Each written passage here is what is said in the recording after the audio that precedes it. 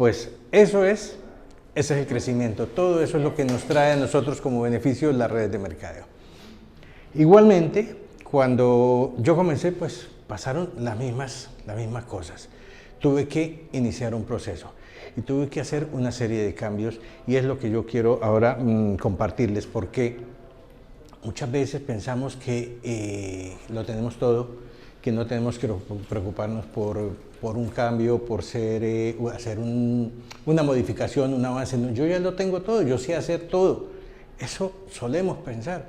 Y luego, cuando vamos viendo cómo tenemos que enfrentar una cosa a otra, pues empezamos a crecer nosotros como personas, empezamos a cambiar. Y eso es lo que Robert Kiyosaki dice, que el negocio de redes de mercado es un negocio que implica un sistema educativo que cambia vidas. Y esto es un aspecto fundamental, porque definitivamente aquí es inevitable. ¿Por qué? Porque cada uno tiene lo que es hasta ese momento. Y como algún día se lo decía Herminio a uno de sus frontales, la persona que va a ganar o va a llegar a platino no eres tú, es aquella persona en quien te vas a convertir, porque tenemos que crecer. Y escuchaba yo hace no mucho una frase también que me gusta muchísimo, que dice: el cheque no crece si tú no creces. El cheque es del tamaño de tu capacidad, de tu entrega, de lo que estás creciendo. Entonces, pues eso es uno de los temas importantes y una de las cosas que para nosotros es fundamental hacer esos cambios. Y para mí, pues, me parece espectacular poder compartirles lo que sucedió en mí, los cambios, porque todo se va dando con el tiempo, se ve uno obligado en un momento dado a hacerlo, pero no sucede ni de un momento a otro, ni muchas veces porque lo queramos, porque vamos a verlo, no es solamente una decisión.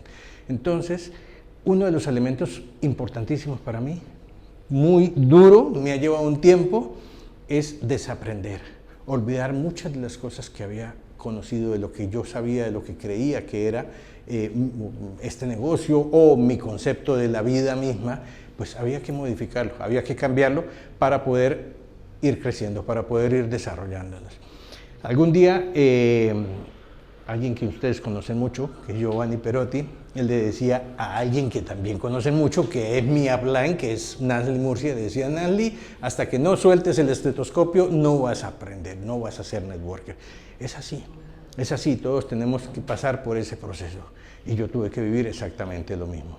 Entonces, pues quiero compartirles un poquito sobre un aspecto general, unas bases, porque nos van a ayudar a podernos enfocar, podernos identificar, porque esto es un proceso individual. Esto cada uno tiene que determinar qué es lo que tiene, qué es lo que tiene que cambiar, qué es lo que cómo tiene que actuar para poder encontrar esas cosas. Entonces, pues, uno de los elementos que vamos a ver es precisamente el desaprender. Es un arte.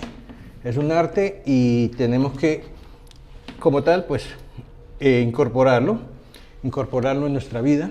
Hay una serie de claves, una serie de especificaciones, de elementos que nos van a ayudar para que podamos desaprender, para que podamos entender eso. Y vamos a ver por qué siempre hay un proceso que se opone a ese cambio, ¿sí? Esto es como cuando tú tienes un vaso lleno de agua y le quieres poner vino. ¿Qué tienes que hacer? Vaciar el agua. Tienes que sacar lo que hay allí para poder poner otra sustancia. Eso tenemos que hacer. Y muchas veces no queremos eso, o decimos que queremos el cambio, pero en el fondo algo se dificulta, ¿sí? Uno de los elementos importantes cuando una persona entra en Alcohólicos Anónimos, por poner un ejemplo, que vale también como personas con algún tipo de enfermedad psiquiátrica, es que tienen que reconocer que tienen un problema para iniciar ese proceso. Entonces es identificar primero la causa para poder iniciar ese proceso de cambio. Esa es la única forma. Y nosotros tenemos que empezar a entender qué cosas nos están limitando, qué cosas están haciendo que no podamos llegar allí a donde queremos llegar, para poder empezar a modificarlas. Esa es la parte que tiene que ver con la resistencia. Y bueno, veamos una cosa. ¿Qué es? Es un arte, como lo decía. Desaprender es un arte, porque implica, primero que todo, vaciar nuestra mente, ¿sí? Sacar todo lo que tenemos allí. ¿Y cómo hacemos? Bueno, todo lo que consideremos que nos está frenando, que nos sirva de ayuda. ¿Cómo podemos hacer eso? ¿Qué podemos hacer para cambiar un paradigma que tenemos en mente? ¿Qué pasó cuando Cristóbal Colón dijo, no, yo no creo que la Tierra sea plana, yo creo que hay algo aquí diferente y me voy a embarcar? Puso en duda ese conocimiento. Era una creencia que tenía todo el mundo y él la puso en duda. Entonces eso es lo primero que necesitamos hacer, empezar a poner en duda eso que estamos creyendo, eso que pienso yo de mí, porque muchas veces hemos recibido una información que puede estar influyendo en lo que nosotros estamos haciendo, en lo que nosotros, como la forma como estamos actuando, como estamos viendo el mundo. Entonces, pues, lo primero que tenemos que hacer es liberarnos de aquello que nos condiciona. ¿Sí? Tenemos que aprendemos más bien como un mecanismo de adaptación, ¿sí? En nuestra vida, desde que somos niños muy pequeños, estamos aprendiendo, recibiendo muchísima información. Y los niños son unas esponjas, ellos absorben un montón, todo lo que ven, todo lo que oyen, lo están aprendiendo, ¿sí? Nosotros, Marta está viviendo muy de frente, muy de cerca eso con su nieto, ¿sí? Que es un niño que cualquier cosa la capta. Y comentábamos ayer precisamente de que utiliza unos términos y unas cosas que no son colombianos. ¿Por qué? Porque los ven en la televisión. Y lo mismo también me estaba yo acordando de uno de nuestros sobrinos, de uno de mis sobrinos, pues, que utilizaba unos términos de Centroamérica porque utilizaban términos allí, y él hablaba de las agujetas, no hablaba de los cordones de los zapatos y una serie de términos. Ellos captan todo, captan muchísimo. Entonces muchas veces nosotros hablamos y sin querer estamos sembrando en ellos una información que puede serle o no de utilidad, y eso nos pasa a nosotros también. Hemos recibido esa información cuando éramos niños y eso quedó allí grabado en nuestro subconsciente y está moviéndonos en uno o en otro sentido. Entonces, pues uno de los aspectos fundamentales es eso, porque al final ese aprendizaje es un mecanismo de defensa, pero a medida que vamos desarrollándonos, que vamos tomando conciencia de las cosas, entonces podemos tomar la decisión de que creo en esto o no creo en aquello, ¿sí? Ese primer paso, como lo mencionaba, es poner las cosas en duda. ¿Alguien ha oído hablar aquí del Niño Dios, de Santa Claus, ¿cierto? ¿Y qué te dijeron de él cuando eras niño?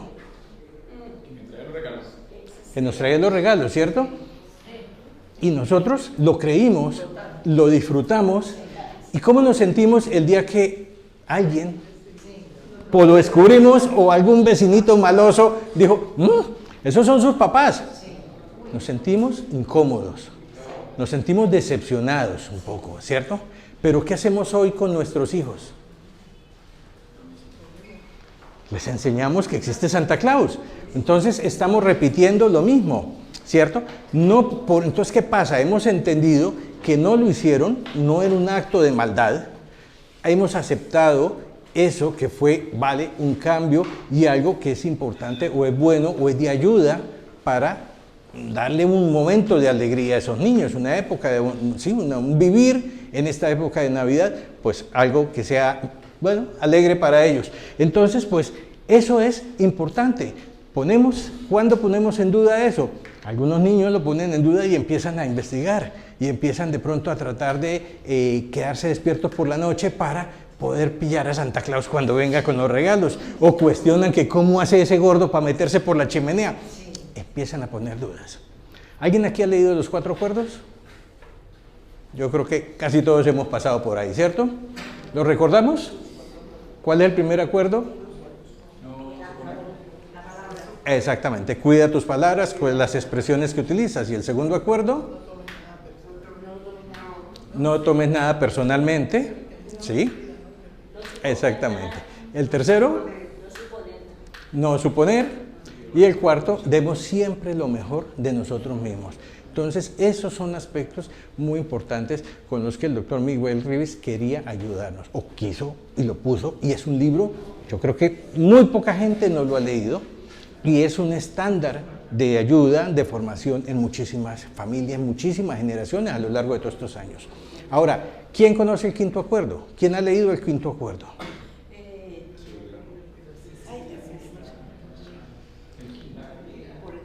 Sí. Pues el doctor Miguel Ruiz, junto con su hijo José Ruiz, el doctor José Ruiz, son doctorados de lo que sea, pues al final un doctorado es una formación que te vuelve investigador, no es más.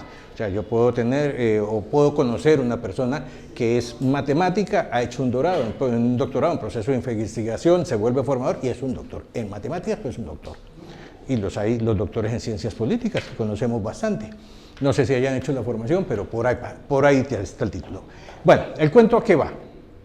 A que ellos sacaron un segundo libro, un libro que es un poquito más difícil de leer. Al principio empiezan a hacer un repaso de los 4 acuerdos, estupendamente, pero claro, te sientes como que, bueno, ¿de aquí qué me van a dar si estoy revisando todo lo mismo? Pero después entra en una fase donde yo cuando lo leía me sentía como recordando Matrix, la matriz, ¿sí? Pues así, te lo pone así un poquito en esas condiciones. Aquí se nota la influencia del hijo de José Ruiz, porque el padre seguramente que no había visto las películas, pero el hijo sí. Y entonces te monta un mundo donde te sientes un poquito, ¿para dónde vas? ¿Qué es lo que quieres? Que no entiendo qué es lo que quiere con este libro. Cuando ya al final te traslada y te dice el 5º acuerdo, que es cuestiona todo. Cuestiona todo lo que has escuchado, cuestiona todo lo que has aprendido.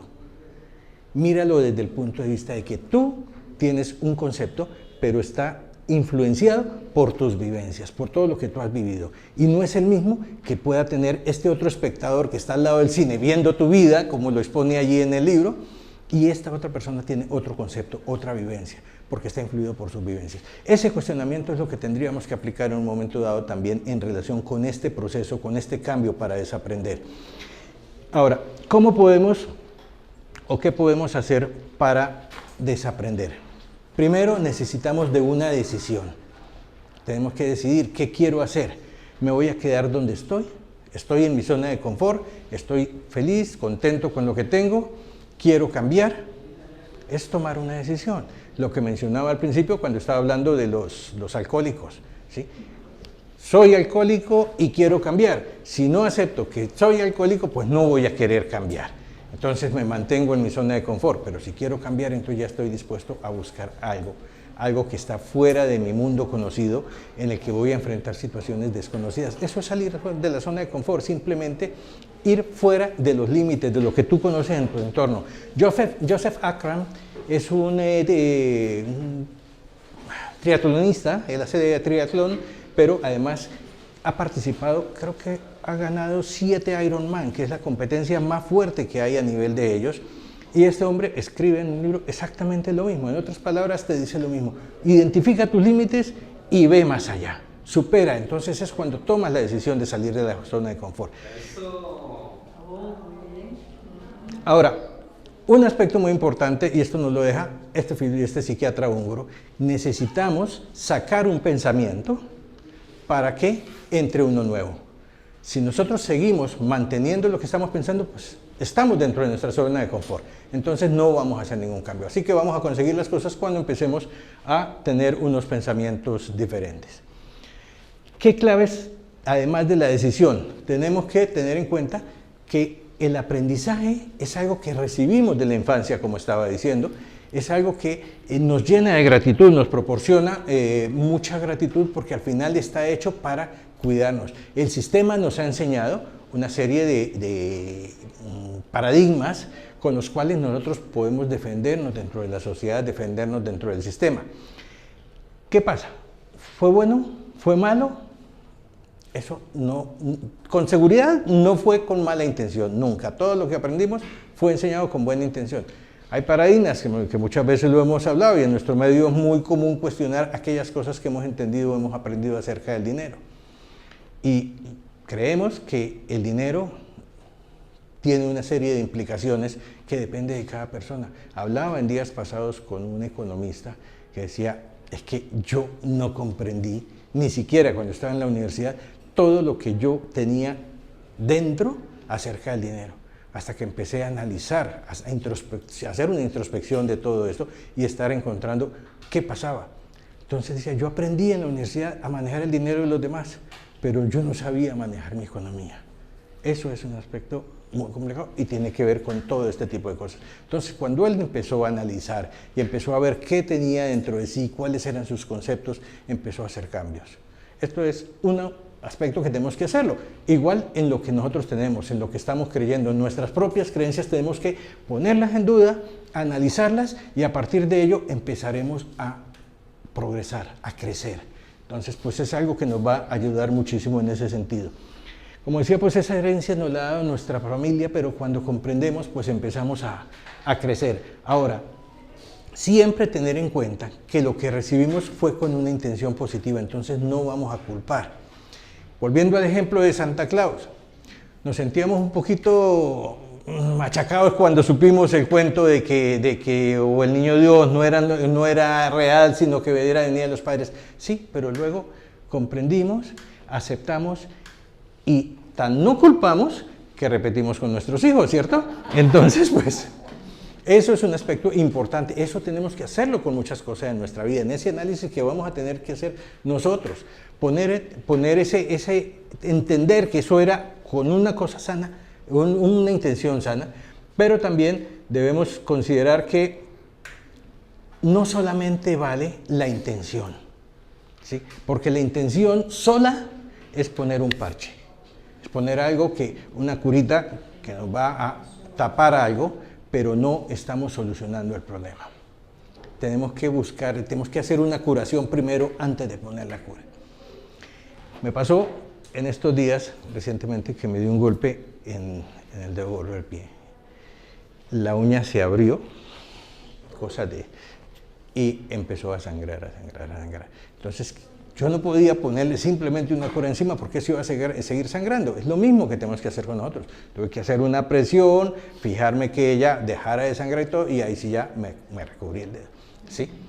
Es lo mismo. Aquí tenemos que hacer eso. No solamente vale la intención. Tenemos que empezar a tomar una decisión, a tomar esta introspección, estos análisis, como decía, para que podamos nosotros empezar a hacer estos cambios, adaptarnos a esto que necesitamos hacer.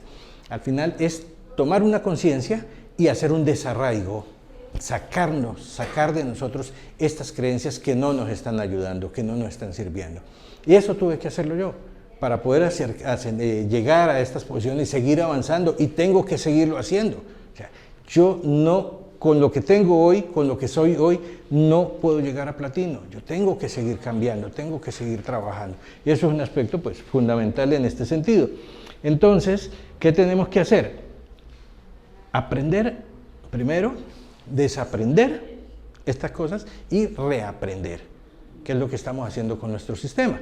Entonces, aprendemos cosas nuevas. ¿Qué pasó allá? ¿Qué fue lo que hice? Que toqué el que no era. Entonces, he tenido que hacer una serie de cambios a nivel personal para poder ir avanzando en este proceso. Eso lo identifiqué, me tomó un tiempo, sí. ¿Por qué? Porque yo seguía muy afecto con esta formación, estos conocimientos, no la creencia de que ser médico me iba a dar un buen desarrollo dentro del ser networker, porque veía que eso no iba a suceder, pero sí tenía que cambiar una serie de paradigmas. Unos para mí fue más sencillo, la vida me fue llevando un poco por ellos, otros han tomado más tiempo. ¿Y por qué digo más sencillo? La vida te mueve, definitivamente es algo que sucede. A mí me sucedió que en el año 2002, antes de conocer este proyecto, terminé por azares del destino haciendo una formación, un máster en la Universidad de Zaragoza en medicina naturista. Entonces, la primera clase, eran clases de 4 horas los sábados. La primera clase estuvo el hombre 4 horas sacándonos de la cabeza toda esa información que habíamos recibido, que al final es que nos convierte, la industria farmacéutica convierte a los médicos, cuando salimos de la facultad, somos esclavos de la industria farmacéutica. Aprendemos a recetar cosas para que ellos vendan y vendan y vendan. Y eso fue un proceso largo, y yo ahí tuve que aprender que tenía que olvidar muchas de las cosas que he aprendido en la universidad para abrirme a otros conceptos, a otras formaciones, entender que no solamente lo que yo había visto en la universidad era una forma, había otras formas de manejar las situaciones, las diferentes enfermedades, que había formas desde antes de que llegara la enfermedad prevenirlas, tomar acciones para que intentáramos por lo menos que eso no llegara o se retrasara el máximo posible. Y eso es lo que hacemos nosotros con los productos de 4Life. Lo que nosotros promovemos es dar tomar, enseñar, y eso tal vez en lo que más nosotros podemos colaborar con las personas, y parte de ese compromiso social que tenemos en CEN es enseñar a la gente a tener actitud preventiva, no esperar a que tenga la enfermedad. Hay un doctor, Peter Attia, que está promoviendo un concepto que me gusta muchísimo, y es precisamente, él habla de la medicina 3.0. La medicina 1.0 era la medicina que teníamos antes de que vinieran los tratamientos médicos, de que naciera la industria farmacéutica, que era un poco como pon parches, haz lo que puedas. Había una mujer que tenía problemas de sangrado y tenía mucha hemorragia, entonces lo que hacía era sacarle más sangre para que el útero entendiera que había que conservar la sangre y entonces dejara de sangrar por abajo porque estaba sangrando por el brazo. Y bueno, una serie de barbaridades que no sé cómo la humanidad no desapareció en ese momento, porque era lo que sucedía, pero bueno, gracias a Dios, aquí estamos. Vino todo el tema de los antibióticos, empezó a nacer la industria farmacéutica y empezamos a hacer una medicina de curar, esperar que la persona tenga una enfermedad y vamos a sanarla. Eso nos plantea una dificultad en ese concepto para nosotros, sí, porque la gente se ha acostumbrado a que tengo dolor de cabeza, me tomo un analgésico y ya no me duele la cabeza. Entonces yo quiero que mi sistema inmunológico esté bien y me tomo un transfer factor y no siento nada, ¿cierto? ¿Por qué no siento nada? Él está actuando, pero es que está actuando de una forma preventiva. Entonces, eso es uno de los bloqueos que hay poco a poco, pero pienso yo que con el tiempo está avanzando, porque precisamente este hombre está promoviendo esa medicina 3.0, que es prevención y a partir de una buena alimentación. Estamos en la misma línea, sin ser médicos, sin que seamos, bueno, de hecho él estudió medicina, pero poco ha ejercido la medicina, se volvió matemático, hizo una serie de formaciones, generó unos algoritmos porque determinaba cómo el tratamiento de la persona debía ser, según los algoritmos, pues aquí te dicen, tómate el antibiótico cada 8 horas, ¿cierto? Pues este hombre cogía a los pacientes que estaban allí ingresados y les estableció un algoritmo, no, no hay que dárselo cada 8 horas, hay que hacerlo a las 6 horas y media porque es cuando se le cae la concentración del antibiótico en sangre, no sé qué. Pues le iban echando la facultad. Entonces, pues mandó todo el carajo y se dedicó a la parte matemática. Pero luego al final empezó a integrar todo esto y sacó todos estos procesos que son muy beneficiosos y que es en lo que nosotros pues podemos estar. Entonces romper paradigmas, como hizo este hombre, pues es fundamental. Yo que tuve que entender, que entendí en esa formación que recibí en medicina naturista, pues que había otras opciones, que no era solamente todo lo que yo había aprendido en la Facultad de Medicina, sino que había que ser abierto y que había diferentes tratamientos no médicos o no lo que yo había aprendido, que también son de beneficio, que son de ayuda. Ahora, no siempre son tratamientos, son opciones que ayudan, que sirven para que reforcemos el tratamiento. Entonces son cosas que en ese sentido pues son de gran ayuda. Otro aspecto fundamental, que eso sí sucede en la medicina, bueno, por lo menos cuando estás en la parte docente, que yo estuve ahí, me gustaba, es que mi formación, mi aprendizaje, lo compartía con otros. ¿Sí? Entonces eso se multiplicaba.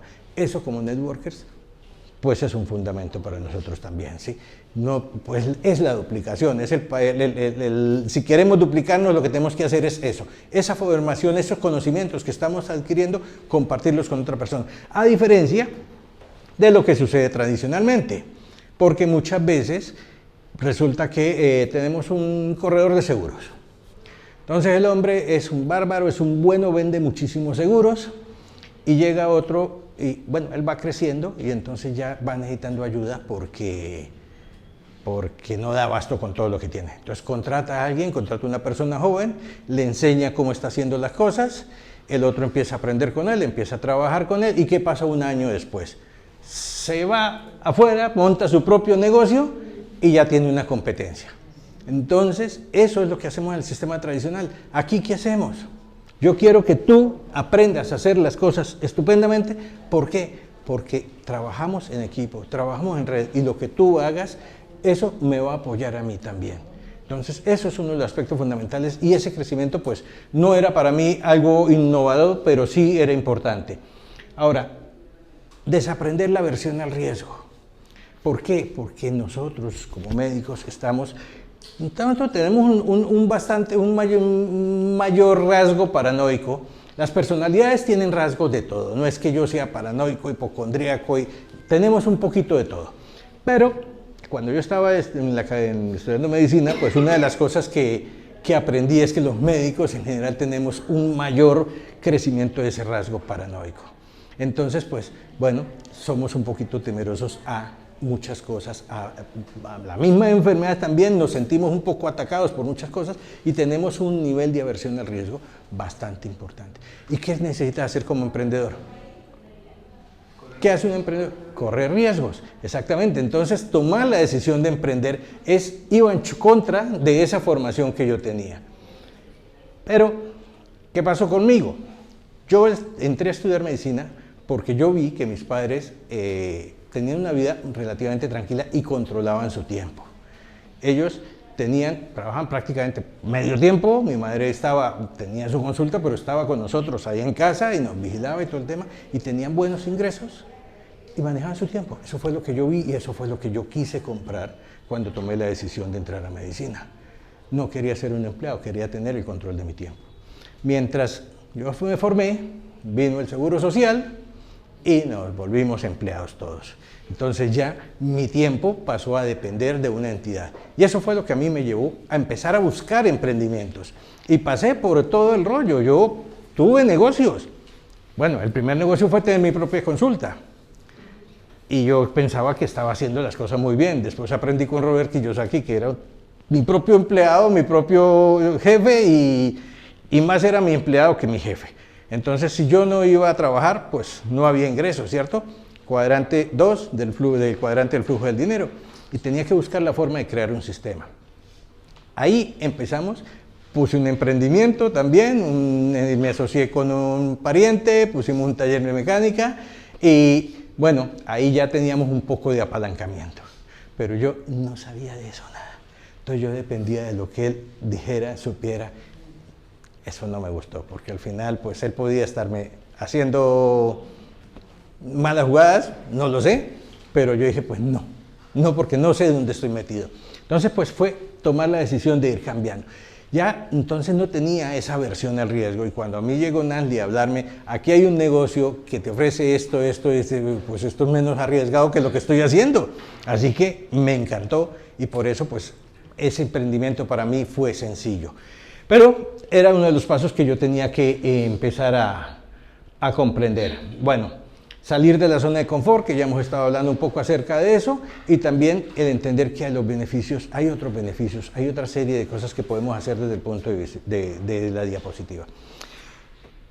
Esto para mí lo manejo mucho en relación con las personas que estamos hablando y que creemos que las oportunidades muchas veces, bueno, de hecho hay una frase que no la comparto yo mucho. Richard Branson es un hombre muy inteligente, muy respetable, muchísimo dinero tiene, y hay una frase de él que me encanta que dice que si ves una oportunidad, di que sí y luego mira a ver cómo la resuelves.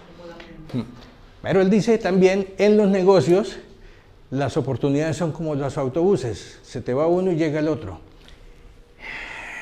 Lo que no sabemos es cómo venga el otro autobús. Entonces yo prefiero quedarme con este concepto más bien. Sí, el río está, pero el agua que dejaste pasar se fue, ya se fue. Entonces pues hay que buscar aprovechar las oportunidades, ver todo lo que tengamos a nuestro haber, que pueda ser de ayuda, que pueda ser de beneficio para otros y para nosotros. Eso fue una de las cosas que aprendí yo con Robert Kiyosaki. Y la mentoría con Robert Kiyosaki no fue solamente de sus libros, sino que yo estuve conectado con él y estuvimos hablando muchísimas cosas sobre muchos aspectos de la vida. Eso me ayudó muchísimo a mí. Eso me sirvió para poder desarrollar este negocio. Entonces, pues al final ¿qué tenemos en resumen? Fundamento, lo primero, tenemos que empezar a hacer una introspección, un autoanálisis, identificar dónde estamos, tener una conciencia de qué es lo que soy, qué tengo y sobre todo qué tengo que empezar a cuestionar, qué tengo que cambiar en mi vida. ¿He aprendido cosas? Sí. Ahora, ¿es lo que me sirve? ¿Es lo que necesito? ¿O tengo que hacer cambios fundamentales? Tengo que creer en otros paradigmas, ¿sí? Para poder avanzar al siguiente nivel yo tengo que cambiar, tengo que tener otros conocimientos. Entonces es parte de todo ese proceso. Y un proceso que es individual, es de cada uno y es lo que tenemos que ir avanzando poco a poco. Y luego, pues, decidir hacer ese cambio y ponernos en marcha. No solamente tomar la decisión, sino empezar, con base en esa introspección, a hacer esos cambios necesarios para que empecemos a ir avanzando. ¿Cómo estamos de tiempo? Bueno, creo que nos va a sobrar para que tengamos un descanso. Así que quiero quedarnos en resumen con diferentes cosas. Hay algo que tenemos aquí en nuestro negocio que es las reuniones, ¿cierto? Nosotros debemos tener conciencia de que asistir a este tipo de reuniones, a veces, ¿a qué voy? ¿A oír lo mismo? Cada vez dicen lo mismo. Sí, porque el discurso es el mismo, tiene que ser el mismo porque es un sistema que se está duplicando. Pero hay diferentes formas de decir las cosas. Tú lo dices de una forma diferente a lo que yo digo. También se ha hablado acerca de 7 tipos de inteligencias, ¿cierto? Entonces a cada uno ve las cosas de una forma diferente, interpreta, capta las cosas de una forma distinta. Eso hace que el ver en equipo nos va a ayudar. A lo mejor el próximo año tengamos aquí a un robot de inteligencia artificial, de estos que saben enseñar ahora a los estudiantes, de estos que están reemplazando a los profesores, que se van a quedar sin trabajo. ¿Por qué? Porque Einstein, se llama este robot, sabe enseñarte los temas matemáticos de 7 formas distintas, o sea, sabe cómo va a llegar a tu inteligencia. Entonces, pues, a lo mejor lo tenemos aquí y nos va a hablar de 7 formas diferentes y ya nosotros nos sentamos a escuchar todos y que se preocupe del trabajo. Bueno, lo que pasa es que la parte emocional, la parte humana no está ahí. Eso es lo que ellos no van a aprender. Pero que están reemplazando. Más o menos el 60% de las profesiones se estima que van a desaparecer.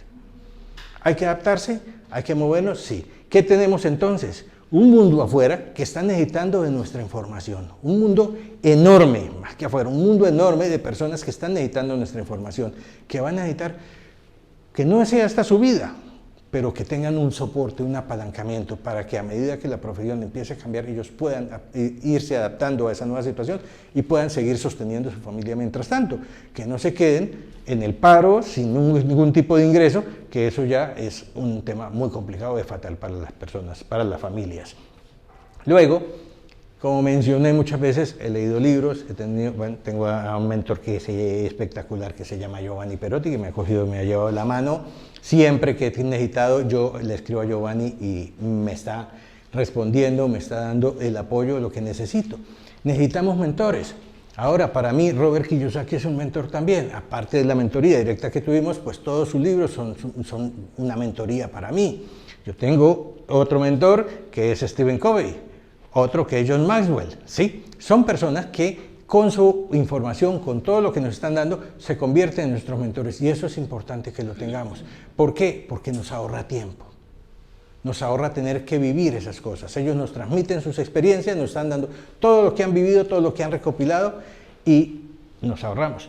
Para escribir un libro, Maxwell se puede tardar 2-3 años y hace un montón de investigaciones y se junta con un montón de personas. No lo escribe él es la guía, pero le están apoyando muchas personas, o sea, él pone los parámetros, las cosas, pone las determinaciones, pero se va al que sabe bastante de este tema y él le devuelve corregidos, adaptados. Después de que tiene todos los capítulos más o menos organizados, entonces va al editor y venga, otra vez, vamos a cambiar esto, vamos a poner aquello. Eso es un proceso. Eso no lo ahorramos nosotros cuando compramos un libro.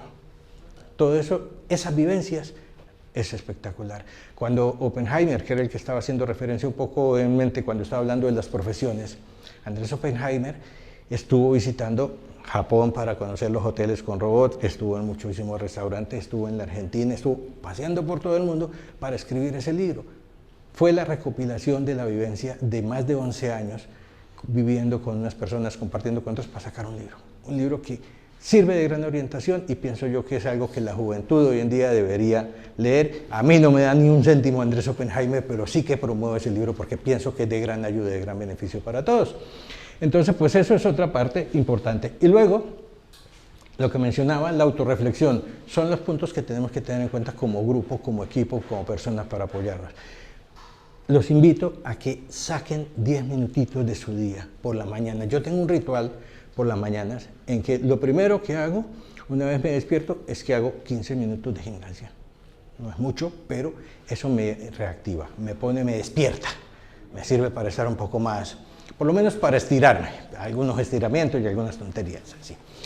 Luego hago 10 minutos de meditación guiada, más que todo la enfoco en la parte de mantenerse en el aquí y en el ahora, lo que está tan de moda, el mindfulness, y después hago una introspección, una revisión, agradecimiento por las cosas que viví el día anterior, por lo que debo hacer hoy, no más por el solo hecho de estar aquí. Entonces el agradecimiento es un aspecto muy importante también en la vida y eso nos cambia muchísimo. Y precisamente pues eso es lo que yo tengo que hacer, agradecerles a ustedes su presencia, su escucha, su tiempo, porque el tiempo es lo más valioso que tenemos como seres humanos, no sabemos cuánto nos quede. Yo ya he tenido 2 experiencias al borde de la muerte y cada vez que uno vive eso, pues aprende a valorar muchísimo más ese tiempo. Entonces pues es algo que yo quiero agradecerles muchísimo y luego pues lo otro que ya es fundamental de todo esto es tener una actitud de crecimiento. Eso es lo que yo quería compartirles y como lo he dicho, agradezco sus palabras.